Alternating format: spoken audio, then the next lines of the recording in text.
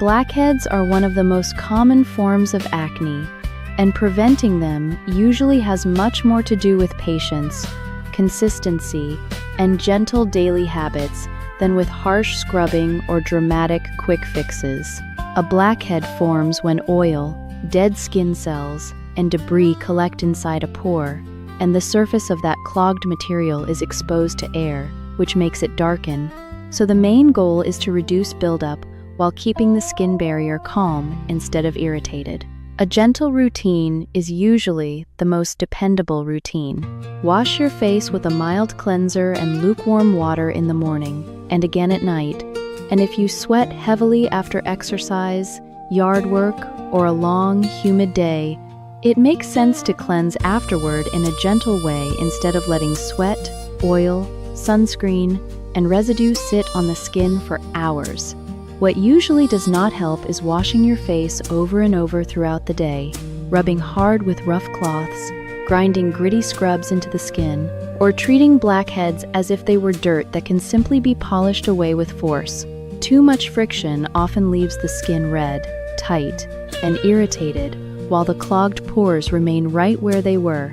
It is also important not to squeeze, pinch, scrape, or try to dig out blackheads with fingernails or random tools at home, because that can increase inflammation and may leave marks or scars that last much longer than the original problem.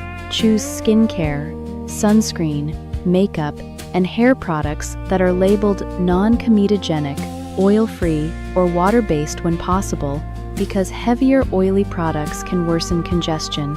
If you use waxes, pomades, or rich leave-in hair products, try to keep them away from the forehead, temples, and sides of the face because those areas often react badly to residue.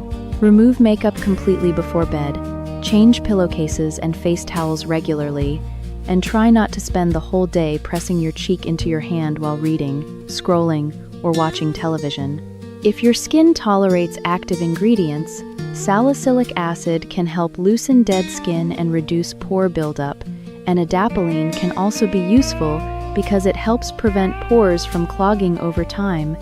But the wise approach is to start slowly, use one main active product at a time, and stay steady rather than trying several strong products in one impatient weekend. A lightweight moisturizer can still help even if your skin is oily, because irritated, dehydrated skin often becomes harder to manage. And sunscreen matters too, especially if you use exfoliating or retinoid-type products, so finding a comfortable sunscreen is worth the effort. Prevention is usually quiet and repetitive in the best possible way. Gentle cleansing, sensible products, patience, and resisting the urge to finish your face because progress is slower than your mood. Improvement often takes time, so think of blackhead prevention as maintenance rather than battle. Keep expectations realistic, stay gentle, and remember that calmer skin usually comes from steady habits rather than dramatic effort. If your skin is easily irritated, less is often more. If a product consistently makes your skin feel greasy, sticky, itchy, or more congested, simplify your routine and give your skin time to settle. If you wear makeup often, fully removing it at night is a simple habit that can make a real difference over time. And if acne becomes painful, deep, widespread, or starts leaving scars or dark marks, it is much smarter to get help from a clinician than to keep improvising in frustration. Now that the sensible skin part is complete, let us leave the bathroom mirror behind and head to a retirement community in the United States, where nobody cared much about clogged pores, but everybody cared very deeply about casserole dishes, local pride, and whether a grown man over 80 should ever appear in public holding a giant ribbon zucchini. The place was called Clover Ridge Estates, a retirement community outside Springfield, Illinois, where the sidewalks were broad, the porches were occupied, the tomato plants were judgmental, and the main clubhouse always smelled faintly of coffee, floor polish, and whatever somebody had baked just because, which was an expression nobody there trusted. The unofficial queen of Clover Ridge was 76-year-old Vivian Turner, a retired school office manager with silver hair pinned into a careful swirl, reading glasses on a chain, and the kind of level face that could settle an argument simply by becoming visible in it. Her closest friend was 82-year-old Russell Pike, widower, former owner of a hardware and garden supply store, wearer of tan loafers and suspenders patterned with tiny fishing lures, and a man who believed three things with complete conviction: coffee should be hot, extension cords should never be decorative, and nobody with a ring light should be trusted to define the word simple. Their usual circle included Ruby Collins, former beauty salon owner and longtime defender of lipstick, scarves, and emotional color; Milton Hayes, retired accountant, champion of envelopes, labels, and exact totals; June Ellen Carter, former church pianist and reigning monarch of pound cake; Dwayne Holcomb, who always claimed he did not enjoy public events and then somehow sat in the best seat at every one of them; and Tessa Monroe, the 32-year-old activities director whose heart was pure, whose intentions were good, and whose relationship with online community sign-up forms had become an avoidable weather pattern. One Monday morning in late August, Tessa walked into the clubhouse with her tablet held like evidence and the expression of a woman who had clicked yes to something with consequences. Vivian, who was arranging paper cups beside the coffee urn, took one look and said, "Tell us now before my sympathy has time to sit down." Tessa swallowed. "I thought I had registered us for vendor admission at the town harvest festival." Russell lowered his newspaper. "Vendor admission for what?" Tessa looked smaller. "I thought it meant entry tickets. and seating near the craft booths. She turned the tablet around. Across the screen, under a painted pumpkin and a suspiciously cheerful cornstalk, were the words, "Springfield Harvest Days proudly welcomes Clover Ridge Estates to the Grand Vegetable Pageant." There was a silence. Ruby leaned in first. "The grand what?" Tessa took a breath that sounded like paperwork dying. "The Grand Vegetable Pageant," she said. "I thought the word pageant meant exhibition. Apparently it means judged competition. For produce, and, in some categories, for presenters." Milton removed his glasses. Russell stared at the tablet as if it had personally vandalized a fence. June Ellen said, "I beg your pardon." Tessa scrolled further. "There are divisions. Largest pumpkin, prettiest arrangement, heritage bean collection, ornamental squash, and..." She stopped. "And what?" said Vivian. "And the public-facing category called Best Garden Ambassador Presentation." Dwayne, from his chair by the window, barked a laugh so sharp it startled even him. "You entered retirees into vegetable pageantry." "By mistake," Tessa said. "Aggressively by mistake." It got worse. The town page had already posted that Clover Ridge Estates would compete as the featured senior group. Families had shared it. The local bakery had commented, rooting for the seniors. One grandson had written, "Grandma Vivi better win that zucchini ribbon." The festival coordinator had emailed to ask whether Clover Ridge wanted one shared table or two, because "We've heard your residents bring wonderful energy." Russell rubbed his forehead. "That phrase," he said, "has ruined many good days." Vivian asked the practical question. "Can we cancel?" Tessa winced. "The entries are listed in the printed program. They've already announced us in the community roundup, and the coordinator told me they were thrilled a senior community was joining, because older growers always have the best stories." Ruby sat up straighter in her chair. "Well, she is not wrong. And that was the trouble. No one at Clover Ridge actually wanted to be in a vegetable pageant. No one had woken up hoping to stand beside squash under public lighting and discuss heritage beans with a microphone in sight. But no one wanted to be the retirement community that backed out of a harvest festival after being publicly described as experienced, cheerful, and full of stories. "Absolutely not," Milton said. "We are not letting some suburban garden club think we flinched at produce." "Or at microphones," Ruby added.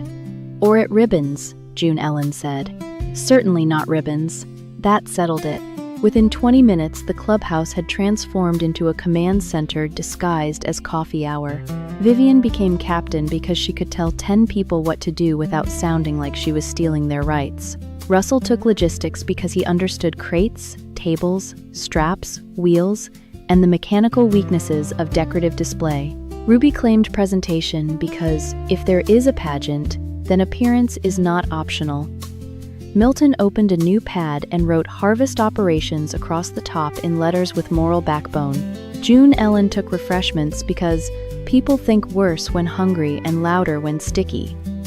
Dwayne complained himself into a role and was assigned table transport and emergency sarcasm, which everyone agreed was already his life's work.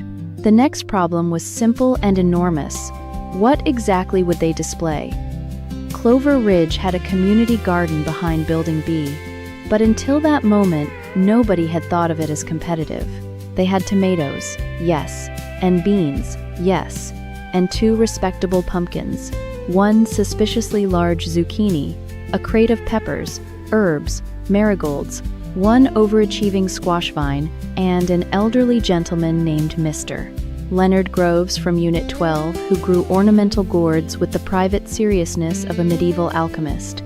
"Where is Leonard?"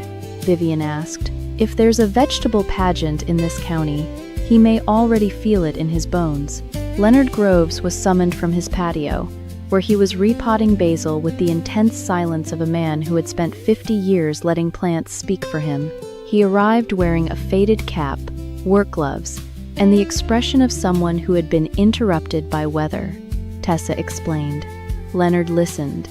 Then he said, "Well, if the town wants spectacle, I have gourds." That changed the whole room.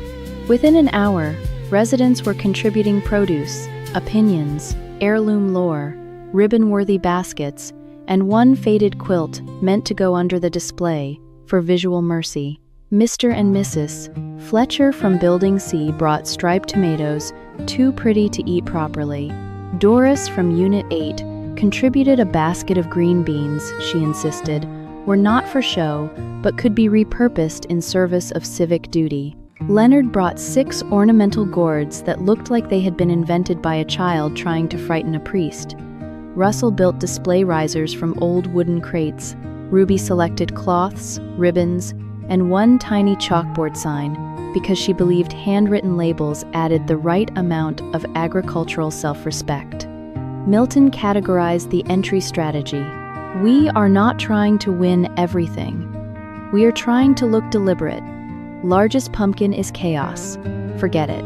Prettiest arrangement, heritage bean collection, ornamental squash, and ambassador presentation.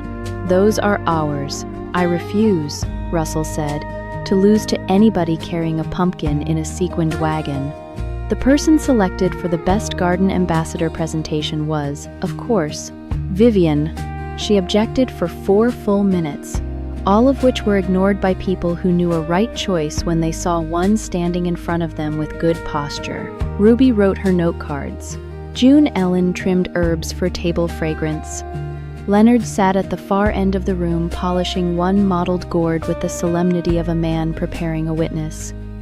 Rehearsal began that evening. The ambassador presentation had to be no longer than 3 minutes and include a brief reflection on gardening, community, and the spirit of the harvest. Ruby wanted charm, Milton wanted structure, Russell wanted brevity. Vivian wanted to go home. The first draft sounded too ceremonial, as if thanking a county board for drainage improvements. The second was too sentimental.